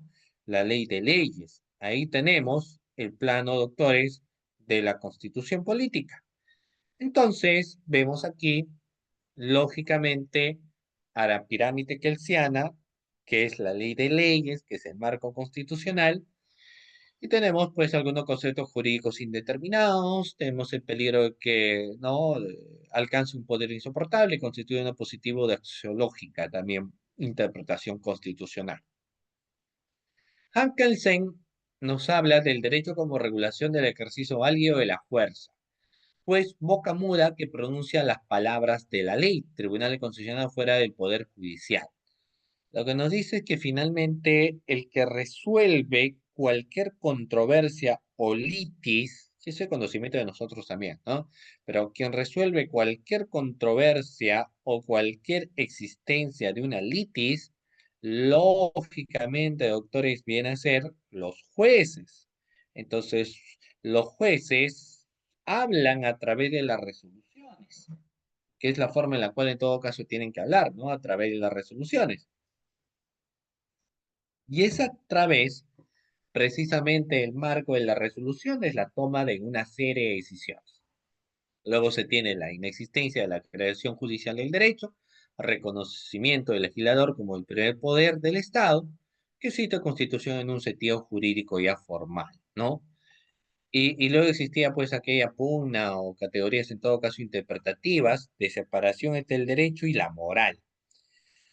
Control abstracto de constitucionalidad de las leyes. Y bueno, ya este es un factor ya distinto, ¿no? En las situaciones, pues, relac- relacionadas al control abstracto y constitucional de las leyes, porque la constitución política, por más que la tengamos ahí, está sujeto lógicamente a panoramas de interpretación también. Entonces haremos todo un criterio interpretativo respecto a lo que finalmente tal vez es el espíritu de la norma, o sea, lo que la norma quiere decir o lo que la norma finalmente quiere señalar, ¿no? Eso viene a ser el espíritu normativo. Siguiente. Bueno, acá tenemos lo siguiente, que es en todo caso el Estado legal al Estado de Derecho constitucional de derecho. Tenemos la Segunda Guerra Mundial, entonces se solidifica más estos puntos. Tenemos el derecho nulos o la constitución del servicio del poder. Una de las categorías o situaciones que pasa con nuestra legislación es que tenemos una constitución política que a diferencia de otros lugares no es una constitución política, digamos, de naturaleza rígida. Todo lo contrario, ¿no? Tenemos una constitución política de naturaleza flexible. Lo ideal, reitero nuevamente, debería ser poseer una constitución política de naturaleza rígida, ¿ok? Sí, una constitución política de esa naturaleza, de naturaleza rígida. Eh, Hemos tenido varios cambios, 76, 1993 y demás constituciones que a lo largo de la historia pues han generado cierta debilidad.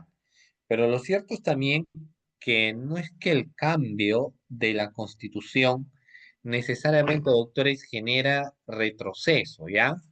O sea, porque algunos podrían decir, bueno, el cambiar la constitución política lo cambia cada rato, entonces va generando un retroceso social, por ejemplo, y no, no necesariamente es así.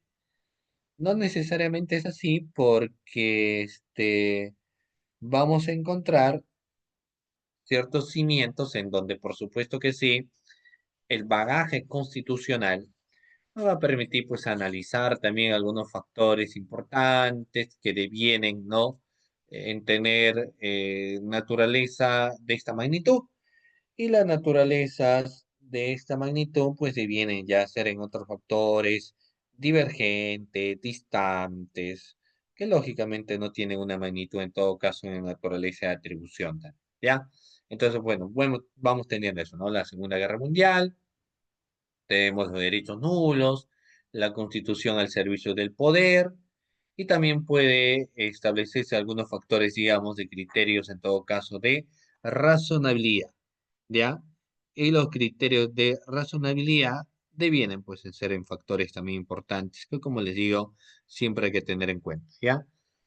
Ah, la justicia, acá nos dice algo bastante interesante. La justicia, doctores, requiere el castigo de esos hombres, a pesar del hecho de que bajo la ley positiva, ellos no eran castigables en el tiempo y en que realizaron los actos.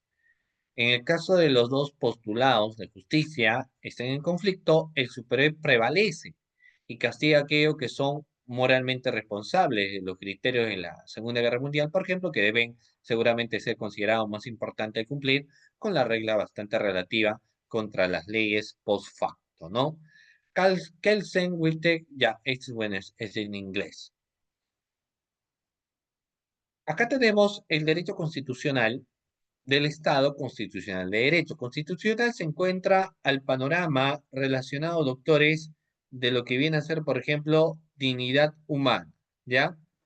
¿Qué es lo que va a pasar aquí? Bueno, la Constitución se encuentra al servicio de la dignidad humana, nos dice, el trato digno. Si yo hablo de los aspectos de dignidad humana, no nos olvidemos, pues, doctores, que el artículo 1 de nuestro marco constitucional nos habla precisamente de la dignidad de persona. Y el aspecto de concepto de dignidad de persona guarda mucha relación con el aspecto al trato y comportamiento que debe tenerse también, ¿no? O sea, de cómo uno debe tener una conducta, cómo debe comportarse, cómo esta conducta tiene que darse dentro de los cimientos o panoramas, ¿no? En el sitio de la norma o cómo deben ser esos conocimientos como los que estamos señalando en esta ocasión y cómo debiene ser pues en un factor importante también, ¿no? En los panoramas y marcos de la constitución política, ¿no? Existen derechos fundamentales vinculantes, bueno, el derecho a la vida, el derecho a la libertad, tal vez dos de los derechos con mayor reconocimiento en todo caso. El derecho a la vida no lo posee cualquiera, ¿no? En el sentido de que toda persona tiene derecho desde el momento de la concepción, es sujeto de derechos, como dice la norma, Y en esa perspectiva de ser sujeto de derechos, engloba también el tratamiento que se le tiene que dar, ¿no? El tratamiento que se tiene que dar dentro siempre de los parámetros establecidos en los márgenes del buen trato, de la conducta, del comportamiento que se debe tener, ¿ya? Y tenemos luego la Constitución como parámetro formal y material de validez de los actos. Ya esto es otro panorama bastante interesante que se tiene, ¿no? Y luego tenemos la evolución de los tribunales constitucionales y finalmente los procesos constitucionales de control concreto. Ya, eso ya son. En el caso de la evolución de los tribunales constitucionales, existió pues precisamente lo que vamos a estar viendo en las anteriores clases respecto a cómo es que surgen las famosas garantías constitucionales. Entonces, en el caso de las garantías constitucionales, ingresan precisamente, estimado participante, reitero, estos aspectos de las garantías constitucionales ingresan cuando evidenciamos ciertos comportamientos que colindan con vulneraciones a los derechos fundamentales.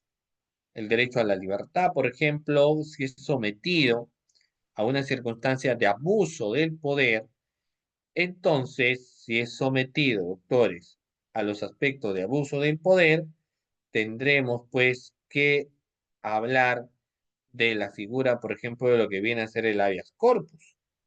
El habeas corpus, por ejemplo, es una garantía constitucional que ingresa cuando se ve vulnerado o puesto en peligro lo que viene a ser el derecho fundamental al libre tránsito, el derecho fundamental a la libertad, que no es otra cosa que el derecho fundamental a poder desplazarme y caminar por los lugares, por ejemplo, que yo considero necesario, ¿no? Entonces, bajo ese parámetro, el derecho fundamental al libre tránsito, al desplazamiento, engloba también el derecho al respeto que tiene que existir. O sea, no podemos tener situaciones en las cuales finalmente se engloba ciertos aspectos de vulneración de derechos fundamentales. Todo derecho fundamental, con reconocimiento de categoría constitucional, tiene que ser respetado, tratado y demás aspectos, ¿no? Pero cuando se tiene un comportamiento distinto a lo que ahí se encuentra establecido. Entonces, lógicamente también, doctores, encontramos vulneraciones de lo que viene a ser el derecho. ¿Ya? Lo mismo, tenemos derecho a la información, pero ese derecho de naturalezas informativas nos va a evidenciar pues algunos aspectos, ¿no? ¿Y cuál es el aspecto en todo caso, estimados participantes, que podría conllevar a la naturaleza de esta situación? Bueno, lo que hay que tener en cuenta es que sin lugar a dudas, los mecanismos relacionados a los factores de los derechos fundamentales van a tener en las garantías constitucionales la posibilidad de hacerlos frente. Y la posibilidad de hacerlo frente es lógicamente, doctores, cuando evidenciamos ciertas situaciones de puestas en peligro de estos derechos fundamentales. Entonces, si yo veo en peligro un derecho fundamental, tendríamos que recurrir, lógicamente, doctores, a las garantías constitucionales. Muy bien, doctores, de esta manera estaríamos llegando a la parte final de la sesión de clase el día de hoy, enviándoles, bueno, mañana tenemos otra sesión de clase más, vamos a seguir abordando los temas de naturaleza constitucional, y bueno, un abrazo a cada uno de ustedes y ya nos estaremos viendo el día de mañana. Buenas noches. Buenas noches, doctores. Entonces nos vemos mañana. Muy buena noche con ustedes.